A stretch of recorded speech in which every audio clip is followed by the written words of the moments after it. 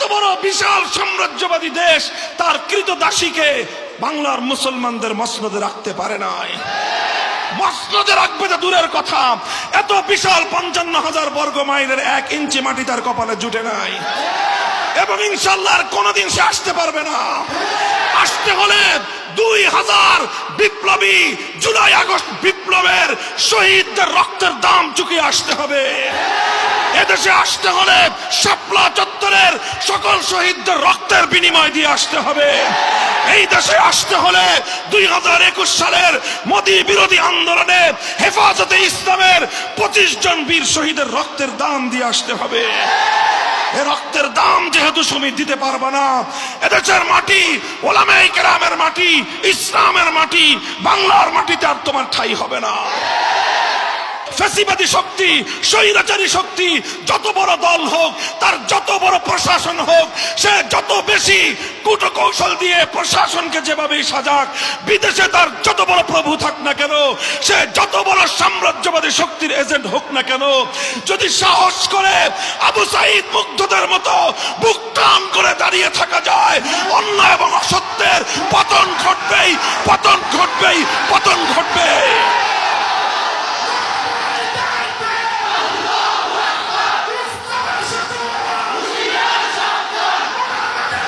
আমাদেরকে যারা মনে করো যে হুজুরদেরকে দেশ দিলে দেশ চলবে না, খোদার কসম খেয়ে বলি, আমরা দায়িত্ব নিয়ে বলতে পারি, আমাদের হাতে যদি দেশ আসে, ১ বছরের মধ্যে ৫০ বছরের সমস্ত অন্যায় অবিচার সকল দুর্নীতিকে পিছনে ফেলে দেশকে আমরা বিশ্ব দরবারে মর্যাদার সঙ্গে মাথা উঁচু করে দাঁড় করিয়ে দেব।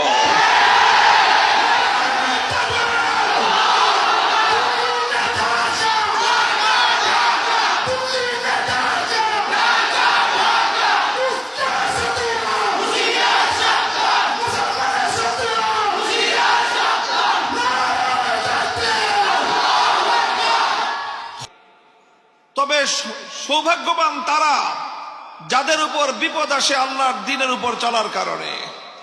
সৌভাগ্যবান তারা যাদের উপর মুসিবত আসে হক কথা বলার কারণে। সৌভাগ্যবান তারা যাদের উপর বিপদ মুসিবত ঝড় ঝঞ্ঝা বিক্ষোভ আসে, যাদের উপরে আসে ওলামায়ে কেরামের পাশে দাঁড়ানোর কারণে, দ্বীনের মুজাহিদদের পাশে দাঁড়ানোর কারণে সমস্ত জুলুম অত্যাচার হাসি মুখে বরণ করে নেয়, সত্যের পথ থেকে তারা বিচ্যুত হয় না।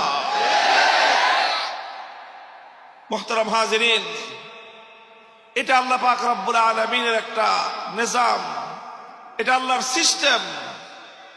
আল্লাহ পাক রব্বুল আলামিন দুনিয়াতে যারা এভাবে বিভিন্ন বিপদ আপদের মধ্য দিয়ে, প্রতিকূলতার মধ্য দিয়ে, মুসিবতের মধ্য দিয়ে, সমস্ত হামলা মামলা জেল জুলুম হুলিয়াকে পরোয়া না করে, এমনকি জীবন এবং মৃত্যুর মাঝামাঝি দাঁড়িয়েও যারা হকের পথে অটল থাকতে পারে, মূলত আল্লাহ পাক রব্বুল আলামিনের জান্নাত তাদের জন্যই প্রস্তুত। কোরআনে কারীমে অনেক জায়গাতে আল্লাহ পাক এই ধরনের কথা বলেছেন।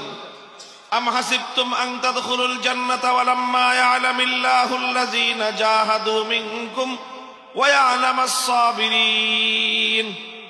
আল্লাহ বলতেছেন, তোমরা কি মনে করেছো যে তোমরা এমনিতেই জান্নাতে চলে যাবা?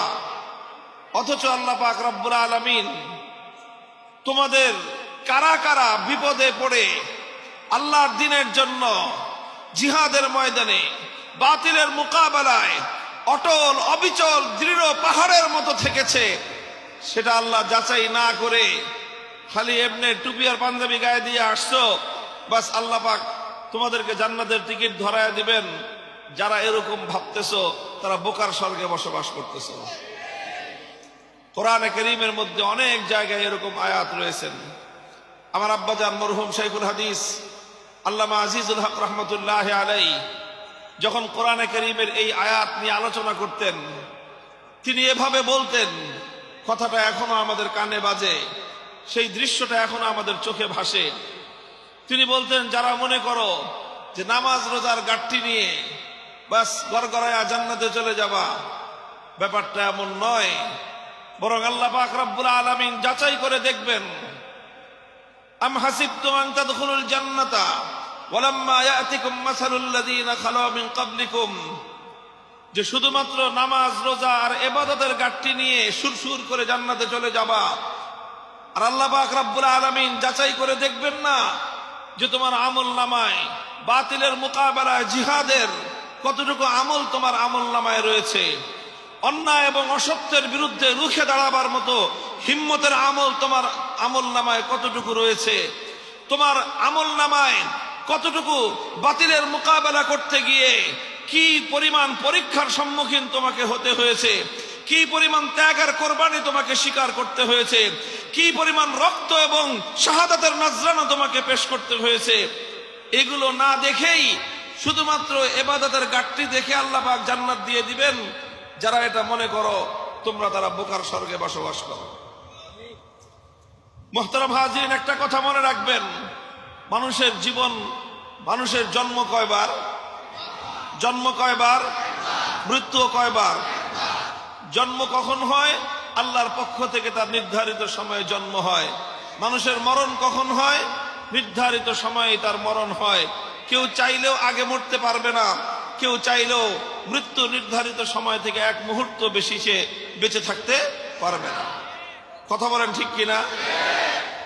হযরতে খালিদ বিন ওয়ালিদ রাদিয়াল্লাহু তাআলা আনহু সাহাবায়ে কেরামের মধ্যে বীরত্বের দিক থেকে, সাহসিকতার দিক থেকে যার নাম একেবারে শীর্ষে, প্রথম সারিতে যার নাম খালিদ বিন ওয়ালিদ রাদিয়াল্লাহু তাআলা আনহু, আল্লাহ নবীর সাহাবীদের মধ্যে আর কেউ এত অধিক পরিমাণ জিহাদে অংশগ্রহণ করেছেন মর্মে বর্ণনা পাওয়া যায় না। থাকলেও ওনার কাছাকাছি থাকবে, ওনার মতো কেউ কেউ থাকবে। সে খালিদ বিন ওয়ালিদ রাদিয়াল্লাহু তাআলা আনহু জীবনে অসংখ্য জিহাদ করেছেন, অসংখ্য জিহাদ। জিহাদ করতে করতে জীবনের যখন অন্তিম সময়, তিনি যখন মৃত্যুবরণ করতেছেন, সাধারণ স্বাভাবিক বিছানায় শুয়ে শুয়ে অসুস্থ অবস্থায় ওনার মৃত্যু আসতেছে, তখন তিনি দুনিয়ার মানুষকে লক্ষ্য করে একটি কথা বলেছিলেন। তিনি বলেছিলেন, লাকাদ শাহিদতু কাযা ওয়া কাযা মুওয়াফফাকান ফাহা আনা যা আমুতু আলা ফিরাশি ফালা নামাত আয়ুনুল জুবানা। তিনি বলেন, হে দুনিয়ার মানুষ, তোমরা দেখো আমি খালেদ, আমি সেই খালেদ বিন ওয়ালিদ, রোম এবং পারস্যের এই রাজমুকুটগুলোর দম্ভ যার পায়ের নিচে চূর্ণ বিচূর্ণ হয়েছে, আমি সেই খালেদ বিন ওয়ালিদ পৃথিবীর এক প্রান্ত থেকে আরেক প্রান্ত পর্যন্ত আল্লাহর দ্বীনের ঝান্ডা নিয়ে যে ঘুরে বেরিয়েছে, আমি সেই খালেদ বিন ওয়ালিদ যার হাতে অজস্র অগণিত বেঈমান এবং কাফেরদের মৃত্যু ঘটেছে, আমার হাতে অসংখ্য অগণিত বেঈমানের জীবনপাত হয়েছে, আমি অসংখ্য অগণিত জিহাদে অংশগ্রহণ করেছি। তিনি অনেক জিহাদে অংশগ্রহণ করেছেন খালিদ বিন ওয়ালিদ। জীবনে একটা সময় যখন আসলো, তিনি শাহাদাতের তামান্নায় পাগল হয়ে গেলেন, যে হায় যুদ্ধের পর যুদ্ধ করতেছি কিন্তু শহীদ তো হইতে পারতেছি না, শাহাদাত তো আমার কপালে জুটতেছে না। শহীদ হওয়ার জন্য তিনি পাগল হয়ে গেলেন, যেমন আমি আর আপনি বেঁচে থাকার জন্য যেরকম পাগল হই। আমি আর আপনি মৃত্যু দেখলে মৃত্যুর হাত থেকে বেঁচে আরেকটু কিছু সময় জীবনকে রক্ষা করার জন্য যতটা পাগল হই, খালিদ বিন ওয়ালিদ রাদিয়াল্লাহু তাআলা আনহু শহীদি মৃত্যুর জন্য এর চেয়ে বেশি উন্মাদ এবং পাগল হয়ে উঠলেন। একটা সময় আসলো যে খালিদ বিন ওয়ালিদ চিন্তা করলেন যে কেমনে শহীদ হওয়া যায়। তখন তিনি যুদ্ধের ময়দানে যখন নামতেন, হাতে কোনো ঢাল থাকতো না, হাতে কোনো ঢাল থাকতো না। শরীরের মধ্যে প্রোটেকশনের জন্য যেই লৌহ বর্ম পরিধান করা হয়, আগের যুগে তীর তরবারি বল্লমের আঘাতকে সেভ করার জন্য লোহার বর্ম পরা হতো, এটা যোদ্ধারা পড়তে হতো যুদ্ধ করার জন্য। খালিদ বিন ওয়ালিদ লোহার বর্ম পড়তেন না, সাধারণ চাদর গায়ে দিয়ে, জামা গায়ে দিয়ে যুদ্ধের ময়দানে চলে যেতেন। কেন যেতেন? কারণ শহীদ হতে হলে তো বেঈমান আমাকে আঘাত করতে হবে, কাফের আমাকে আঘাত করতে হবে, তার আঘাতে যদি আমি শাহাদাত বরণ করি তবেই তো আমার মৃত্যু হবে শহীদি মৃত্যু।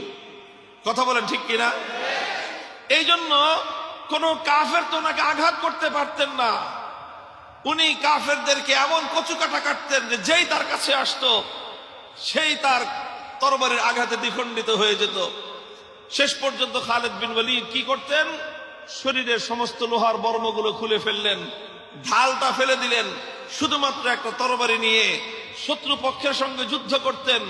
যুদ্ধ করতে করতে শত্রুদের সেনা ব্যূহ ভেদ করে, তাদের সৈনিকদের কাতার ভেদ করে ভিতরে ঢুকে যেতেন। একটাই আকাঙ্ক্ষা যে তোরা আমারে মারতে মারতে আমি যেন মৃত্যুবরণ করি, আল্লাহর রাস্তায় জিহাদের ময়দানে যেন আমার শাহাদাত নসিব হয়। শহীদি মৃত্যুর তামান্নায় তিনি এমন কাজ করতেন, কিন্তু তার কপালে শহীদি মৃত্যু ছিল না। তার কপালে শহীদি মৃত্যু কেন ছিল না সেটা পরে বলতেছি, কিন্তু আসলে ওনার কপালে কি ছিল না? শহীদি মৃত্যু ছিল না। এখন তিনি যতই কামনা করেন, যতই আকাঙ্ক্ষা করেন, শরীরের সমস্ত প্রোটেকশন গুলো খুলে ফেললেন, লোহার বর্মগুলো খুলে ফেললেন, ঢালটা ছুড়ে মারলেন, জিহাদের ময়দানে এক প্রান্ত থেকে আরেক প্রান্ত পর্যন্ত ছুটতে থাকলেন। অসংখ্য অগণিত শত শত জিহাদে তিনি সশরীরে অংশগ্রহণ করলেন।